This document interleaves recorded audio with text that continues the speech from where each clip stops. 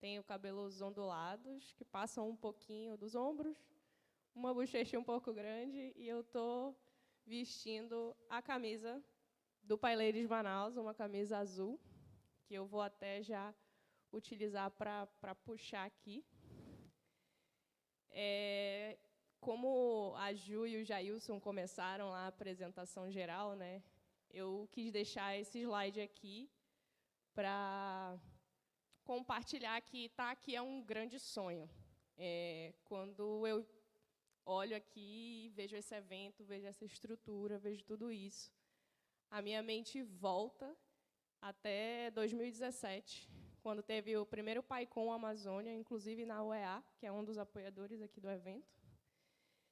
E foi lá que eu diria que tudo isso aqui começou, né? A gente participou do evento, o Nilo, Felipe, Ramayana, principalmente trouxeram o evento para Manaus, trouxeram o Fernando Massanori, um grande ícone aí da comunidade. E ele apresentou, o Massanori apresentou o PyLadies para a gente. Então, a professora Eloá, também uma keynote aqui do evento, junto com a nossa Big Kahuna, Ju, e mais duas alunas, a Dani e a Jéssica, fundaram o PyLadies Manaus, que eu diria que foi quando tudo começou mesmo. Assim. Depois veio o PyData, e aí foi quando o pessoal foi para Ribeirão Preto, levou a proposta, e esse sonho todo começou a se realizar. Então, é muito gratificante, muito feliz estar aqui. Ontem eu participei do evento lá na UEA, que foi onde eu fiz a minha graduação, e foi, sei lá, era um sonho mesmo. Assim. Então, estou muito feliz de estar participando disso tudo e de ter esse filme assim passando na minha cabeça, lembrando dos eventos que a gente participou. E é muito legal ver que a galera lembra da gente, né? Algumas pessoas, às vezes, me param, falam, pô, aquele evento naquele dia, primeira fila do Polo, eu lembro de você. Enfim, então, estou muito feliz de estar aqui. Me apresentando um pouquinho, né? Já fizeram uma introdução, mas meu nome é Giovana De Luca. Só um adendo em relação à apresentação. Quando eu submeti a palestra, eu estava numa empresa e hoje eu estou em outra. Mas continuo sendo engenheiro de dados no Itaú, e mais precisamente no IT, que é o banco digital, trabalhando com dados. Né? Também sou especialista na mesma universidade, também apoiadora aqui do evento na UEA, em ciência dos dados.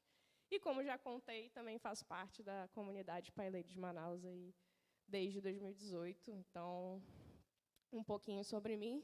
E sem mais delongas, né? Vamos para a palestra.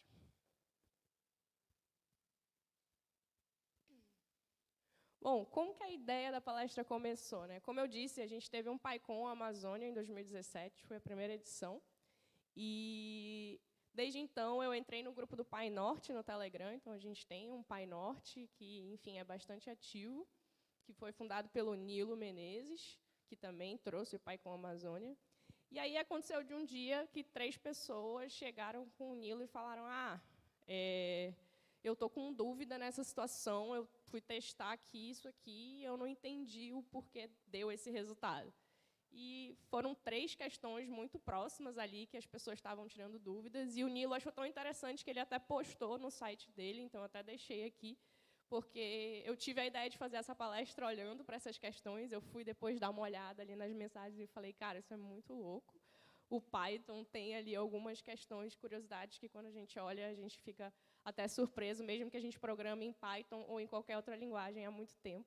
Então, eu falei, ia ser legal fazer um compilado aí dessas situações que eu me deparei ao longo dos anos e fazer uma palestra com essas curiosidades. E aí eu trouxe 2 das 3 questões, então quem quiser olhar a terceira, ela é mais voltada para data ali e tempo. E lá no site do Nilo também tem um livro que ele publicou, de introdução a Python, que é bastante conhecido para quem quiser conhecer. Bom, a primeira questão é essa expressão que eu coloquei aqui em cima, true, vírgula, true, vírgula, true, o igual, igual, que é um operador relacional de igualdade, né? E ali, sim, uma tupla, né, entre os parênteses, true, vírgula, true, vírgula, true. O que essa expressão retorna? Né? Primeiramente, eu quero introduzir, não sei se tem alguém aqui que programa em outras linguagens, mas não conhece tanto assim o Python, né? O requisito da palestra era beginner, sem nenhum requisito, na verdade.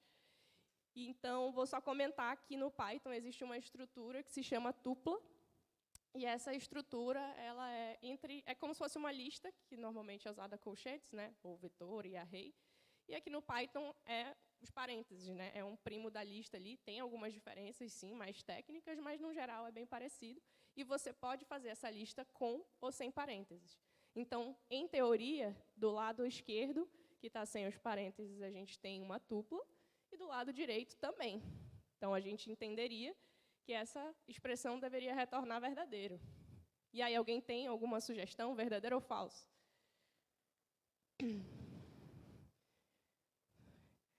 Foi bastante curioso o resultado.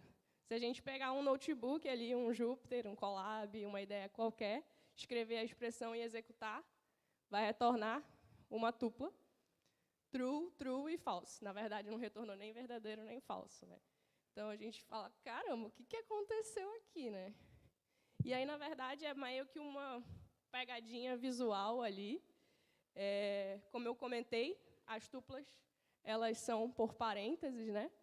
E aí você pode ter essas duas sintaxes, com ou sem os parênteses, só separando por vírgulas. Até em retornos de função, quando a gente quer retornar mais de um valor, a gente pode separar por vírgulas, e aí, quando a gente invoca a função nesse retorno, a gente pode dar um type, ou então só printar e vai ter uma tupla. E aí a questão toda aqui é a prioridade, né? Então, a igualdade ela é feita antes da criação da tupla sem os parênteses. Então, o que está acontecendo? Ele está comparando o último true da tupla com a outra tupla. E aí, true é diferente daquela tupla composta de 3 trues. E aí, por fim, ele faz true, true e o false, que é o resultado da igualdade. Por isso que a gente tem essa resposta aí completamente inesperada, que não é nem true, nem false, e sim uma tupla que, no final, retorna um falso. Primeira questão aí um pouco interessante que tinha lá no PyNorte, né, que eu comentei. A segunda era um cálculo, essa expressão aqui, menos 2 vezes 5, barra, barra. Essa barra, barra é uma divisão que retorna um número inteiro ao invés de um ponto flutuante, então meio que pega a parte inteira do número, né? Dividido por 3 ali, na divisão por inteiros, mais 1. Fazendo o cálculo rápido aí, alguém tem um chute da resposta? 0. Vamos fazer aqui um cálculo rápido. Menos 2 vezes 5, menos 10. Menos 10 dividido por 3 dá 3, menos 3,333. Pegando a parte inteira ali, dá menos 3, mais 1, menos 2, né? É uma possibilidade. Aí vocês podem estar se perguntando, mas será que eu tenho que começar pelo vezes? Tenho que começar pela divisão de inteiros? A prioridade é igual na matemática, gente, tanto faz. Tem que dar o mesmo resultado, né? Então, vamos começar pela divisão. 5 dividido por 3 dá 1,6, mais ou menos. 6, 6, 6, 6. Vezes o menos 2 ali dá menos 2, né? Que retorna só a parte inteira, só 1. Menos 2 mais 1 dá menos 1. E aí, qual que é a resposta? Se a gente rodar de novo lá no notebook, a gente vai ter menos 3. Nenhum, nem outro, de novo. E aí, qual que é a pegadinha aqui, né? Qual que é a explicação? Primeiro, a gente tem que rever a prioridade, como eu falei, né? Tanto faz a gente começar pela multiplicação ou pelo operador de barra, barra, só não pode começar somando. Isso aí é regra da matemática mesmo. Depois, a gente tem que lembrar que esse operador faz um arredondamento, como eu falei, né? É uma divisão por inteiros. Então, tem que fazer um arredondamento por cima e por baixo. Eu fiz um cálculo rápido aqui, proposital, para dar errado, né? Então, eu já sabia o resultado e a regra que eu tinha que seguir. Mas a gente, às vezes, né, não sabe se tem que fazer a função piso ou a função teto. E aí, nesse caso aqui, é a função piso. E o que faz a confusão é o sinal. Então, o que a gente tem que considerar, né? Menos 2 vezes 5 dá menos 10. Dividido por 3 dá menos 3,33, que eu falei. Função piso de menos 3 é menos 4. E não 1 menos 3, né? Então, na verdade, dá menos 4, que mais 1 retorna a resposta. O número está negativo e dá essa confusãozinha aí. Então, foi isso que confundiu um pouco lá na hora da gente entender o que estava acontecendo. E aí, qual que é, assim, o ponto de atenção aqui dessa expressão, né? É o arredondamento. A gente tem que ter muito cuidado com arredondamentos nas linguagens em geral, porque a gente sempre vai lá e faz, pega um round, faz um round, 0,2 aí, segue a vida. E, na verdade, isso pode ser, né, um pouco prejudicial ali para o código, pode retornar algum problema, um bug inesperado. Por que eu estou falando isso? Vamos para uma próxima expressão aqui.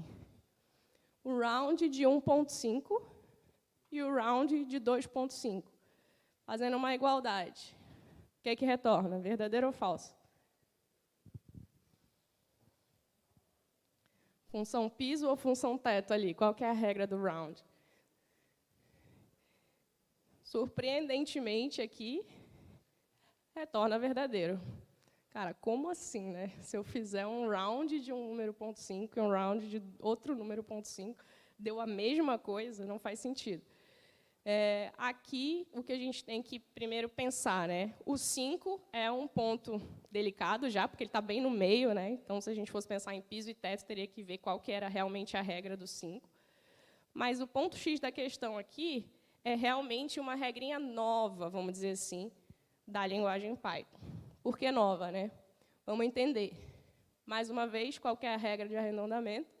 Como a maioria a gente pensa, arredonda ele para o mais próximo. Então, se fosse 1,1, ele ia arredondar para 1. Se fosse 2,6, ele ia arredondar para 3. Beleza, essa é a primeira regra. Mas e se empatar, né? Como é o caso ali do 5? Aí a regra é arredonda para o número par mais próximo. Então, o número par mais próximo de 1,5 é 2, e o número par mais próximo de 2,5 também é 2. Então, ele está comparando 2 igual a 2, retorna verdadeiro. E aí, por que eu coloquei que é uma regra nova? Porque no Python.2 não era assim. Foi uma mudança que foi feita, e aí eu até deixei um linkzinho aqui embaixo que tem a explicação bem legal dessa mudança, e qual que é o motivo, né, dessa mudança. Imagina assim, a gente tem uma lista com vários números, ponto flutuante, ali, vários floats, e aí depois a gente vai pegar essa lista, arredondar todos eles e somar. Se a gente sempre somar para cima ou para baixo, a gente sempre vai ter um viés que vai ou tudo mais para cima, e aí a gente vai somar vários vieses para cima, e vai dar um viés muito alto, ou um viés muito para baixo, muito alto. Só que se a gente faz esse tipo de operação, que sempre olha para o número par mais próximo, numa soma, esses vieses vão se anular, porque metade deles vai para cima e a outra metade iria para baixo. Então, é mais ou menos essa a ideia, para que numa somatória não ficasse com um viés tão grande. Pensando, por exemplo, num banco, né, se a gente fosse considerar valores monetários ali, seria um ponto interessante. Então, a regrinha ali voltada para o round, que eu acredito que a maioria das pessoas aqui já usou e não sabia que essa era a regrinha de arredondamento, é essa. Então, um ponto de atenção bem interessante aí dessa função. Aqui eu trouxe uma outra expressão. Essa expressão aqui eu estava olhando essa semana. Eu estava pesquisando, falei, cara, acho que está faltando coisas ali na palestra, vou ver se eu acho mais. E aí eu olhei uma coisa assim, falei, 1 underline, 2 underline, 5. Que negócio é esse aqui? Nunca vi isso na minha vida, programa em Python desde 2015. Que underline é esse? Observação, tá? Não está entre aspas. Não é uma string. Eu falei, cara, isso aqui não faz sentido. Aí fui rodar, né? Fui testar, peguei, escrevi lá no notebook. E aí falei, cara, eu vou executar isso aqui, vamos ver o que vai dar. Cara, esse cara aqui dá 250, né? Na verdade, aquele underline ali de cima não serve de nada em relação ao cálculo matemático. É 125. 125 vezes 2, 250. E aí vocês devem estar se perguntando, né? Que underline, para que serve esse underline? Por que ele está ali? E aí vem a explicação, underline ou underscores, né? Underscore, uma forma mais formal de falar, são apenas separadores visuais. Não sei vocês, mas eu que trabalho com dados, às vezes a gente dá um count numa tabela muito grande, aí vem um número gigante, assim, aí eu pego o mouse e seleciono, assim, exatamente 3 números para olhar que número é, e falar, beleza, 25 milhões, não sei o quê. Às vezes é muito difícil da gente ver essa resposta. Então, o underline serve justamente para essa questão visual. Então, por exemplo, quando a gente olha aqui o amount, a gente sabe, 10 milhões. Não precisa olhar, ver os zerinhos e contar ali para saber o que está acontecendo. Então, a ideia de usar underline, né, proposta na PEP, tá, deixei o linkzinho aqui também, PEP 515, que é a proposta, né, de melhorias ali da linguagem, é simplesmente visual. E aí você pode usar não só na notação decimal, né, mas também para hexadecimais ou para binários, enfim, para qualquer uma das notações também é aceito e também fica bem mais fácil de olhar. Beleza? Então, nesse caso aqui, é só uma questão visual. Eu nunca tinha visto. Pesquisei semana passada, achei muito louco, mas não tem nenhum segredo, é só uma observação ali. Então, definição de variáveis muito grandes ali, coloca um underlinezinho, explica para a galera e deixa que fica mais fácil de visualizar depois. Essa aqui, eu não sei se vocês já se depararam, mas é até um pouco complexa. NPNAM igual a NPNAM. Para quem não está familiarizado, esse NP vem da linguagem NumPy. A gente consegue importar, né, da biblioteca NumPy, a gente consegue importar, né, e no Python com S a gente consegue apelidar, e por uma convenção universal as pessoas apelidam a biblioteca NumPy por NP. Se você for olhar em qualquer Stack Overflow da vida, sempre vai estar lá esse NP, às vezes até sem o import, e quem for procurar já vai até saber o que está acontecendo, assim como é o Pandas, né, com o PD. E o ponto .NaN quer dizer que é o dado nulo, ou ausente ali da linguagem NumPy, né? Poderia ser também o NaN do float, vai ter o mesmo efeito aqui. E aí, no print, eu até fiz uma comparação. Tem ali um print da igualdade de 2 dados nulos, né? 2 NPNANs, e também de 2 nones, que também é um dado nulo. E aí, para surpresa, né, da resposta. Só um instantinho.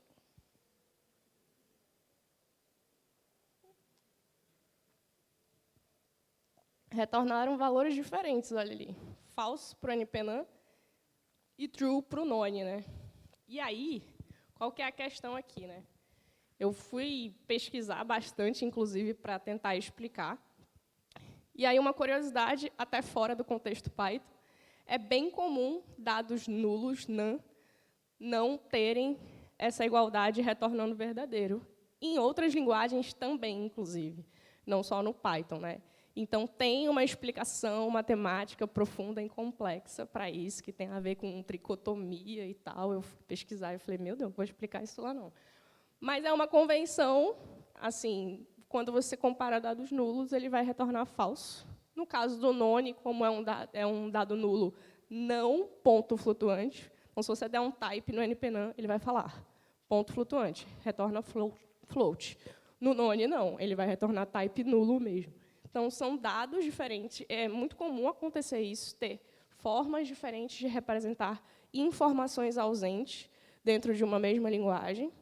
Nesse caso aqui, tem 2 exemplos no Python, mas existem outros. Existem também, por exemplo, como eu falei, o float NaN. Você consegue colocar a string NaN dentro do float, ele vai retornar nulo também. Existe o pd.NaN, do Pandas. Existe o Nora Integer, se alguém também nunca viu. Então, existem várias formas. Num geral, quando a gente compara eles, vai dar falso. Então, se você quiser pegar uma variável que possivelmente carrega um NPNaN e quiser verificar se aquele dado é um NPNaN, não faça a variável igual a NPNaN, porque vai retornar falso de qualquer jeito, sendo ou não sendo. Para isso, use um np.isNaN e passe a variável dentro dos parênteses, que vai funcionar perfeitamente. Mas é uma convenção, e aí é bem comum a gente acabar fazendo isso que eu falei, né, pegar a variável e comparar, e vai retornar falso. Então, um pouco de cuidado com isso. E aí, uma curiosidade dentro desta curiosidade. Como eu comentei, NPNaN é diferente de NPNaN, é uma definição do nulo, e existem muitas outras formas de representar, como eu até trouxe o exemplo aqui. E aí, a curiosidade dentro da curiosidade. Se a gente verificar se um dado NPNaN está contido em uma lista que tem um NPNaN, retorna verdadeiro. E aí fica, pô, acabei de ver ali que a igualdade retorna falso, porque se eu for verificar se um dado nulo dentro de uma lista que realmente contém um dado nulo, vai dar verdadeiro. Nesse caso aqui, tem um Stack Overflow que explica que, antes da igualdade, ele verifica a identidade deste objeto, quando você faz a operação in, para verificar se existe ou não um objeto, um item dentro de uma lista. Então, ele verifica primeiro a identidade do objeto, por isso ele retorna verdadeiro, e não uma igualdade para comparar e ver se aquele valor existe ou não dentro da lista. Então, é mais ou menos essa a ideia.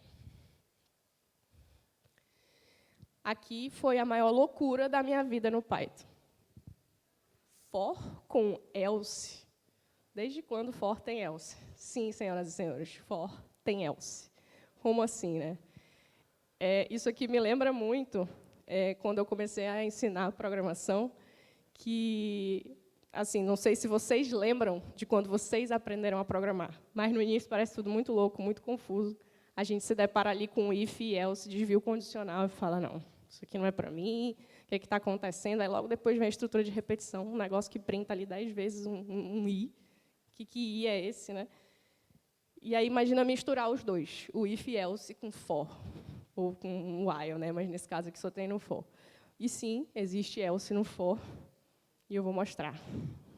Trouxe um exemplo aqui que é realmente dessa fase inicial, quando a gente está aprendendo a programar. Você pega a sua lista de exercícios e fala, faça uma estrutura de repetição que vai verificar se o número é primo ou não. Então, trouxe exatamente um exemplo aqui, só que com for e else, que muito provavelmente a gente não aprendeu assim, né? Na época da faculdade, enfim, da escola, do técnico, ou dos cursos que a gente faz por aí. E aí, como que funciona, né, o for com else? Eu lembro que quando eu vi, eu acho que eu fiquei uns 10 minutos assim, parada, falando, caraca, bicho, tem else no for? Cara, para que serve isso? Nunca vi isso na minha vida. E aí, como é que ele funciona, né? A primeira coisa é que não faz muito sentido você usar o else no for se não tem break dentro do for. E aí eu falei, deve ser por isso, então, que eu nunca vi. Porque quando a professora lá me ensinou a programar, ela não deixava a gente colocar break dentro do for. Tem um pessoal aqui que está rindo, que já foi aluno dela. Que a ideia era a gente usar o while, né? Se tivesse condição, usem o while, galera, não usem o for. Então, eu evitava usar o break, evito até hoje de usar o break. E, por isso, não faz muito sentido. Por quê? Qual que é a regra, né? A regra...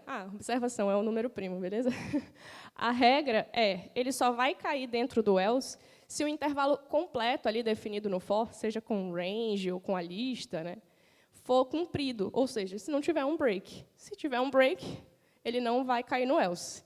Se terminar ali completo, ele cai no else. Então, a gente consegue fazer aí essa ideia do número primo, né, de verificar número a número, com exceção dele mesmo e de 1, que a gente sabe que vai ser divisível. Então, vem ali de 2 até o número menos 1, vai fazendo a divisão. Se der resto 0, quer dizer que é um divisor, né? Então, não é primo. Break, sai ali e printa, não é primo. Mas, se passar por todos os intervalos e, em momento nenhum, ele achar um divisor, ele só é dividido por ele mesmo e por 1, caracterizando o número primo, cai no else e printa, é primo. É até mais fácil, porque eu, particularmente, quando fazia esse exercício, ia lá, criava um count, aí fazia a contagem, verificava depois se era igual ao número, um if lá embaixo. Então, assim, fica um pouquinho mais elegante, apesar de usar o break, né? Então, sim, for tem else, e está aqui a forma da gente usar ele. Parece meio estranho, né, essa definição do else, mas, em alguns casos, pode ser útil.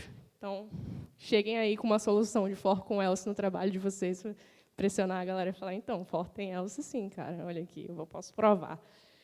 Beleza? Mais uma curiosidade, essa aqui é uma curiosidade que eu particularmente amo, e é muito característica da linguagem, é muito sobre a linguagem. Então, para quem não conhece, se você tem Python instalado e fizer a importação, entre aspas, de uma biblioteca chamada this, fizer um import this, o que vai retornar é isso aqui. Isso aqui é um poema, chama Design of Python, e foi escrito por Tim Peters. Eu dei uma pesquisadinha e eu percebi que ele escreveu esse poema numa discussão do Google Groups, ali, que eles estavam falando sobre linguagens, e ele quis descrever a linguagem Python de uma forma poética. E aí ele escreveu esse poema. Eu, particularmente, adoro. Depois vocês chegam em casa, abram o Jupyter, abram o Colab, façam um import this, e olhem ele com mais calma, mas eu, particularmente, gosto muito desse final, que ele fala, se a implementação está difícil de explicar, cara, não faz. Não é uma boa ideia. Mas, se ela está fácil de explicar, pode ser que seja uma boa ideia essa implementação. Então, já aconteceu muito comigo, depois que a gente começa a programar em Python, se deparar com essas curiosidades, começar a meter else no for, colocar uma divisão ali de números inteiros e tal, fazer um list comprehension aí para quem conhece o que é, né, que é um for de uma linha só com um if e tal. A gente começa a deixar tudo muito mais complexo. Recentemente eu estava fazendo uma solução Python no trabalho e aí eu fui explicar para o meu líder. Ele falou, cara, não entendi nada. Aí eu lembrei do poema e falei, tem que trocar, né? Melhor fazer de novo.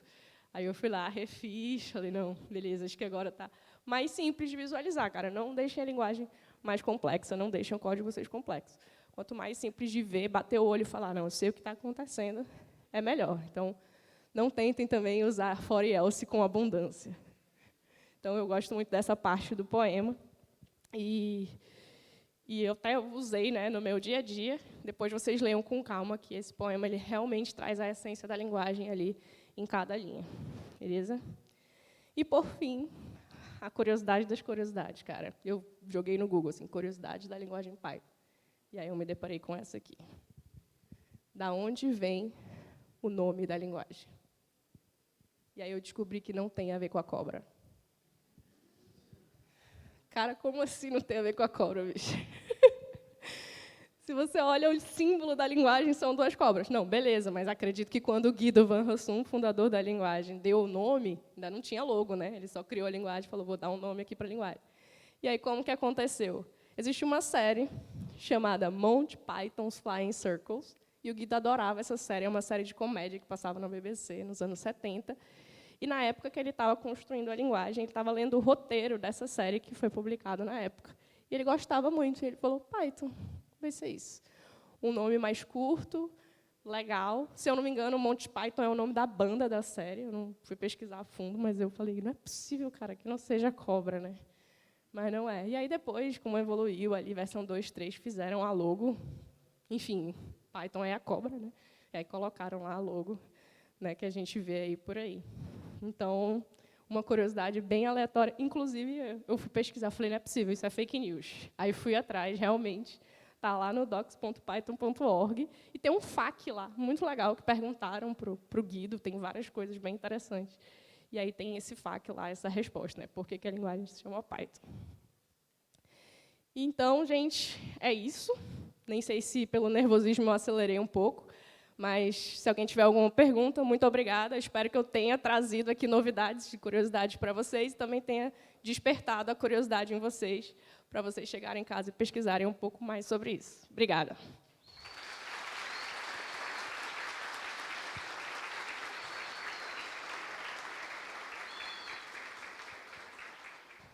Alguém tem alguma pergunta, algum comentário, quer fazer? Já tinha visto For com Else?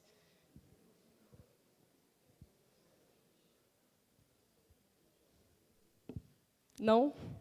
Alguém vai chegar em casa e vai rodar ali para ver se funciona mesmo? Ou já está abrindo o computador aí? Beleza, então, gente. Prazer. Vamos aproveitar o evento que só está começando. Valeu.